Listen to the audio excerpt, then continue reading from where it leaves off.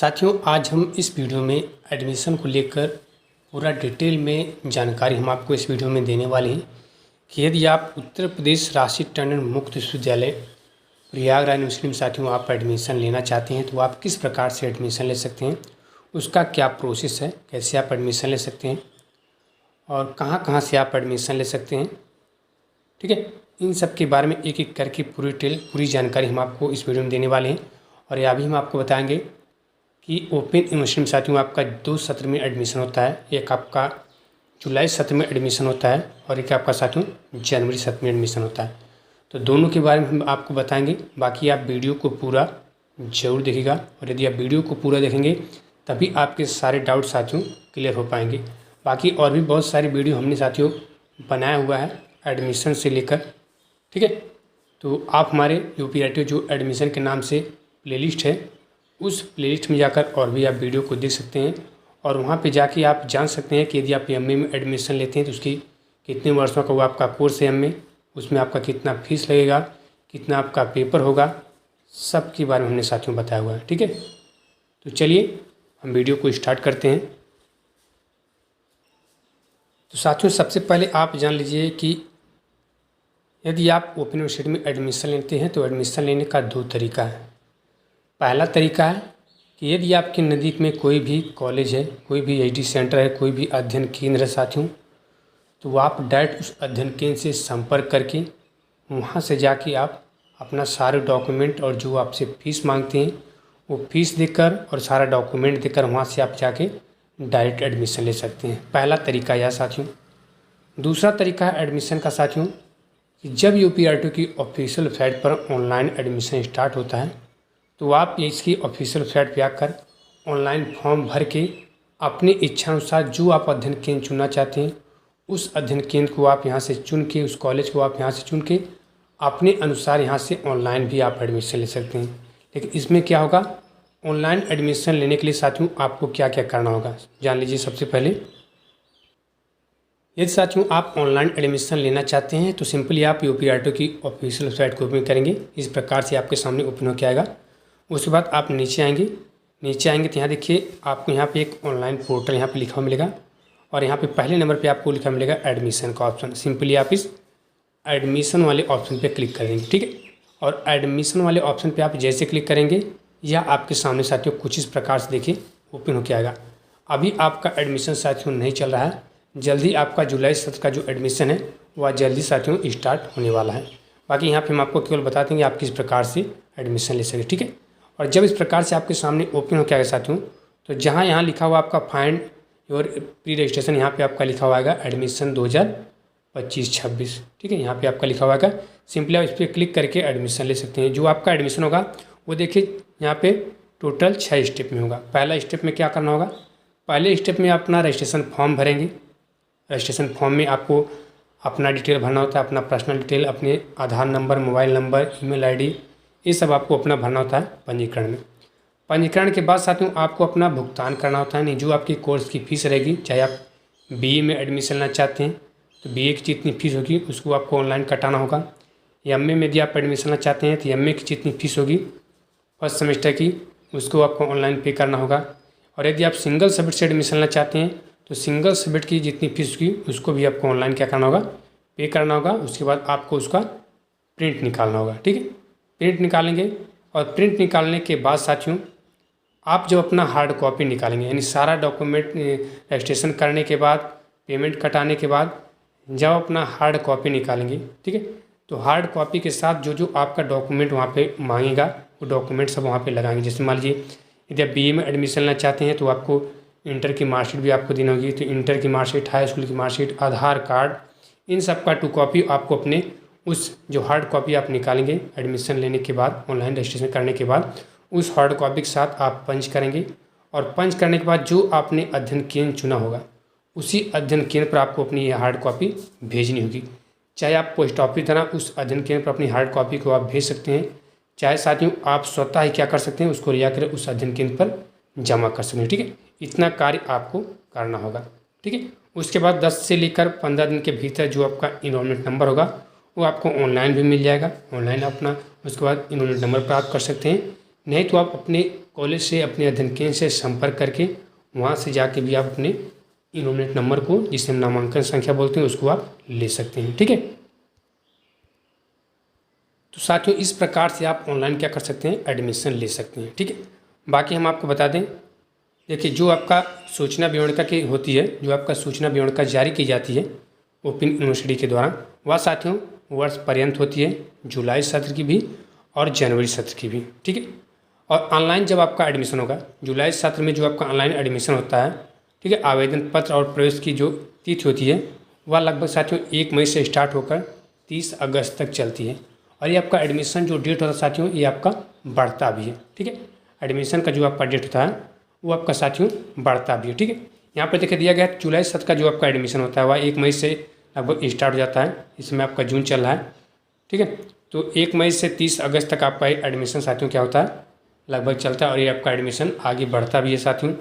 और जुलाई सत्र में, जनवरी सत्र में जो आपका एडमिशन होता है वह नवंबर से लगभग स्टार्ट होकर फरवरी तक चलता है। ठीक है, और अध्ययन केंद्र द्वारा जो प्राप्त आवेदन होते हैं, यानी जो आपके अध्ययन केंद्र होते हैं, आपके अध्ययन केंद्र के द्वारा जो आपका आवेदन पत्र होता है उसे सत्यापन करने की, उसे वेरीफाई करने की जो अंतिम तिथि होती है वह जुलाई सत्र का साथियों 7 दिसंबर होता है, और ये डेट आपका बढ़ता भी है, और जनवरी सत्र का 7 मार्च होता है। ठीक है, और अध्ययन केंद्र के द्वारा, यानी जो आपका जिस अध्ययन केंद्र पर आपने एडमिशन लिया है उस अध्ययन केंद्र के द्वारा क्षेत्रीय केंद्र को आपका जो प्रवेश फॉर्म होगा, जो आपका एडमिशन फॉर्म होगा, उसे प्रिंट आउट सहित और सभी डॉक्यूमेंट के सहित भेजने की जो डेट होती है वह 7 सितंबर एवं 7 मार्च तक होती है। ठीक है, यानी 7 सितंबर से एवं 7 मार्च तक होती है। ठीक है, जुलाई सत्र और जनवरी सत्र दोनों के लिए। ठीक है, इसके अलावा क्षेत्रीय जो आपका केंद्र होता है उसके द्वारा जो आपका प्रवेश होता है वह अनुभाग को अध्ययन केंद्र से प्राप्त प्रवेश फॉर्म का जो प्रिंट आउट होता है सभी डॉक्यूमेंट सहित भेजने की जो तिथि है वह 14 सितंबर से लेकर 14 मार्च तक साथियों होती है। तो कहने का मतलब यह साथियों, जब आप जिस अध्ययन केंद्र से एडमिशन लेते हैं वह अध्ययन केंद्र आपकी जो हार्ड कॉपी होती है वह सारे डॉक्यूमेंट के साथ अपने क्षेत्रीय केंद्र को भेजता है। फिर आपका जो क्षेत्रीय केंद्र होता है वो वेरीफाई करने के बाद आपके सारे डॉक्यूमेंट क्या करता है, यूनिवर्सिटी को भेजता है। ठीक है, इतना कार्य आपका होता है। और यहाँ पर आप जान लीजिए, यहाँ पे देखिए आपको देखिए जो आपका परामर्श सत्र संचालित होता है साथियों, जो आपका परामर्श सत्र संचालित होता है उसका जो प्रस्तावित माह होता है वह जुलाई सत्र वालों के लिए अक्टूबर नवंबर, ठीक है, और मार्च अप्रैल होता है। और सेम इसका उल्टा होता है जनवरी सत्र का। जनवरी सत्र का पहले होता है मार्च अप्रैल, फिर आपका अक्टूबर नवंबर होता है। इसके अलावा स्टूडेंट के द्वारा अध्ययन केंद्र पर जो अधिन्यास पुस्तिका होती है, जो असाइनमेंट होता है, उसे जमा करने की जो तिथि होती है साथियों वह जो है जुलाई सत्र वालों के लिए 31 अक्टूबर होती है और 31 मार्च होती है, और जनवरी सत्र वालों के लिए 31 मार्च और 31 अक्टूबर होता है। इसका सेम उल्टा होता है। ठीक है, और एक चीज़ और आप ध्यान देंगे, यहाँ पे 2 बॉक्स दिया गया है। यहाँ पर साथियों देखिए जो दिया गया है ये वाला है, ये आपका क्या है, सेमेस्टर वाला है, और यहाँ पे जो आपका दिया गया है ये आपका ईयरली है। एंड जिनका ईयरली एडमिशन है उनका 31 मार्च, जिनका सेमेस्टर एडमिशन है उनका 31 अक्टूबर है। असाइनमेंट जमा करने का लास्ट डेट ये क्या है, ये जुलाई सत्र का है। और सेम इसका उल्टा होता है, जिन्होंने जनवरी सत्र में एडमिशन लिया है, सेमेस्टर से एडमिशन लिया है, उनका 31 मार्च है असाइनमेंट जमा करने का, और जिन्होंने ईयरली एडमिशन लिया है उनका 31 अक्टूबर होता है। ईयरली का मतलब जिन्होंने सिंगल सब्जेक्ट से एडमिशन लिया साथियों उनका ईयरली होता है। ठीक है, उनका ईयरली होता है, इसलिए यहाँ पे दिया गया है सिंगल सब्जेक्ट वाले 31 अक्टूबर तक अपना जमा कर सकते हैं असाइनमेंट को, और सेमेस्टर वाले 31 मार्च तक अपने असाइनमेंट को अपने अध्ययन केंद्र पर जमा करेंगे। और स्टूडेंट के द्वारा प्रतिपुष्टि प्रदान करने हेतु मूल्यांकित जो अधिन्यास होता है वह सेमेस्टर वालों का जो होता है वह दिसंबर में होता है, ईयरली वालों का मई में होता है, जनवरी सत्र वालों के लिए, जुलाई सत्र वालों के लिए, और इसके अलावा जनवरी सत्र वालों के लिए साथियों जिन्होंने सेमेस्टर से एडमिशन लिया उनका मई, और जिन्होंने ईयरली एडमिशन लिया उनका दिसंबर होता है। स्टूडेंट के द्वारा साथियों जो परियोजना कार्य होता है, जो परियोजना कार्य और लघु शोध कार्य होता है वह अध्ययन केंद्र पर जमा करने की जो तिथि होती है जिन्होंने सेमेस्टर से एडमिशन लिया है जनवरी सत्र में, उनका 30 नवंबर है, और ईयरली जिन्होंने एडमिशन लिया उनका 30 अप्रैल है। और सेम इसका उल्टा होता है, यदि आपने जनवरी सत्र में एडमिशन लिया है तो सेमेस्टर वालों का 30 अप्रैल होता है और ईयरली वालों के लिए 30 नवंबर होता है। ठीक है, ये क्या है, ये परियोजना कार्य यानी मिनी प्रोजेक्ट और प्रोजेक्ट जमा करने का जो अंतिम तिथि होता है। तो आप जान लीजिए कि असाइनमेंट जमा करने का, ठीक है, और इसके अलावा और ये डेट साथियों आपका डेट ये बढ़ता भी है, घटता नहीं, आपका डेट बढ़ता है।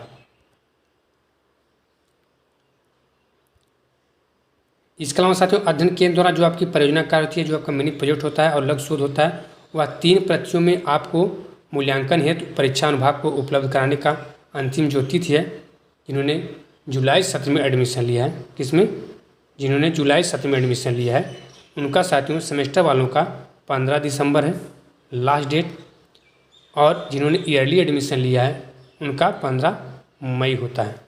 इसके अलावा जिन्होंने जनवरी सत्र में एडमिशन लिया है, जनवरी सत्र में लिया है, उनका सेमेस्टर वालों का 15 मई होता है, और जिन्होंने ईयरली एडमिशन लिया उनका 15 दिसंबर होता है। और बैक परीक्षा फॉर्म भरने की जो अंतिम तिथि है, जिन्होंने जुलाई सत्र में एडमिशन लिया है उनका 31 अक्टूबर होता है, और जिनका ईयरली एडमिशन उनका 31 मार्च होता है अंतिम तिथि, और जिन्होंने जनवरी सत्र में एडमिशन लिया है उनका 31 मार्च है सेमेस्टर वालों का, और 31 अक्टूबर है जिन्होंने ईयरली एडमिशन लिया है।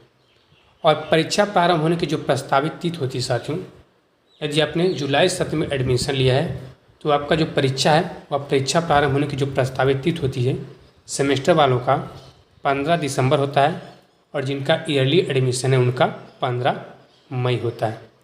और जनवरी सत्र में जिन्होंने एडमिशन लिया है उनका जो है परीक्षा प्रारंभ होने की प्रस्तावित जो तिथि है वह सेमेस्टर वालों का 15 मई होता है, और जिन्होंने ईयरली एडमिशन लिया है उनका 15 दिसंबर होता है। ठीक है, तो कहने का मतलब यह साथियों कि यदि आप ओपन यूनिवर्सिटी में एडमिशन लेते हैं, चाहे आप BE से एडमिशन लेते हैं, चाहे आप ME से एडमिशन लेते हैं, चाहे आप सिंगल सीट से एडमिशन लेते हैं, ठीक है, इसमें आपको क्या क्या करना होता है। सबसे पहले हमने आपको बताया 2 तरीके से इसमें एडमिशन होता है, एक आपका ऑनलाइन और एक ऑफलाइन। ऑनलाइन आप UPRT की ऑफिशियल वेबसाइट पर आके ऑनलाइन एडमिशन ले सकते हैं, और ऑफलाइन आप एडमिशन कैसे लेंगे, ऑफलाइन आप अपने जो यदि आपके नज़दीक में कोई अध्ययन केंद्र है, कोई कॉलेज है, तो आप उनसे संपर्क करके वहाँ से जाके आप ऑफलाइन एडमिशन ले सकते हैं। ठीक है, एडमिशन लेने के बाद साथियों आपको जो है पोस्ट ऑफिस द्वारा आपके पास बुक जो है भेजी जाती है, यदि आपको बुक लेना चाहते हैं तो। यदि आप बुक लेना नहीं चाहते हैं तो वहाँ पे नो का ऑप्शन भी दिया रहता है, आप नो कर देंगे आपको बुक नहीं मिलेगी, यस करेंगे तो आपको बुक मिलेगी, और बुक का आपको चार्ज भी देना पड़ता है। ठीक है, इसके बाद साथियों आपको क्या करना होता है, इसके बाद आपका जो असाइनमेंट है, असाइनमेंट पेपर आपको जो है लिख कर अपने अध्ययन केंद्र पर अपने कॉलेज पर जमा करना होता है, और असाइनमेंट का जो पेपर है वो आपको UPRT की ऑफिशियल वेबसाइट पर से डाउनलोड कर लेना होता है, वहाँ पे आपको मिल जाएगा। और असाइनमेंट के साथ साथ आपका जो प्रोजेक्ट वाला कार्य होता है, जो आपका प्रोजेक्ट वाला पेपर होता है, वो आपका प्रोजेक्ट भी तैयार करके आपको अपने अध्ययन केंद्र पर ही जमा करना होता है। ठीक है, इसके अलावा साथियों जो वाइवा होता है, वाइवा भी आपके कॉलेज में ही होता है, तो उसके लिए आपको अपने कॉलेज से बराबर संपर्क बनाए रखना है। आप अपने कॉलेज से बराबर संपर्क बनाए रखेंगे तो जब आपका वाइवा होगा तो वहाँ आपके कॉलेज के द्वारा आपको सूचित किया जाएगा। बाकी साथियों यदि आपके मन में और भी कोई डाउट है एडमिशन को लेकर, कोई भी आपके मन में सवाल है तो आप हमें कमेंट बॉक्स में कमेंट कर सकते हैं। बाकी आप हमारे जो UPRT एडमिशन के नाम से प्लेलिस्ट बनी हुई है, उस प्लेलिस्ट में जाकर और भी वीडियो को आप देख सकते हैं, और जितने भी आपके मन में डाउट हो उस सारे डाउट साथियों आप क्लियर कर सकते हैं। ठीक है, तो फिलहाल इस वीडियो में इतना ही साथियों, नमस्कार, जय हिंद।